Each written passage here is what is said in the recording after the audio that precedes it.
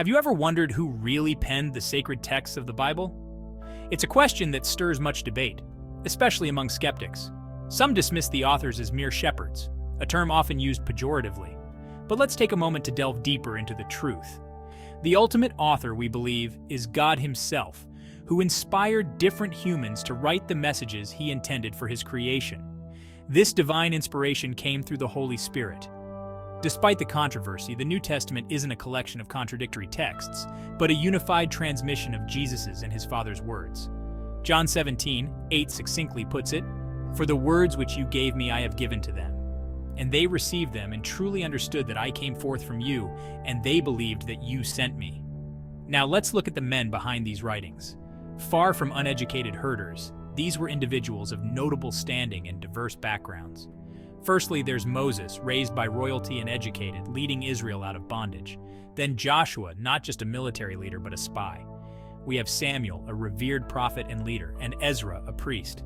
Nehemiah served as a king's cupbearer, while David, though starting as a shepherd, became a king renowned for his wisdom and military prowess. Solomon, his son, continued in his footsteps.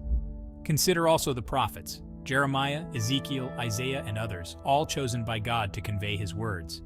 Daniel, although a captive, was educated in a royal household. Then in the New Testament, Matthew, a tax collector. Mark, closely associated with Peter. John and Peter themselves, fishermen called to be apostles. And don't forget Paul, a trained rabbi and fervent missionary. Or Luke, a meticulous doctor.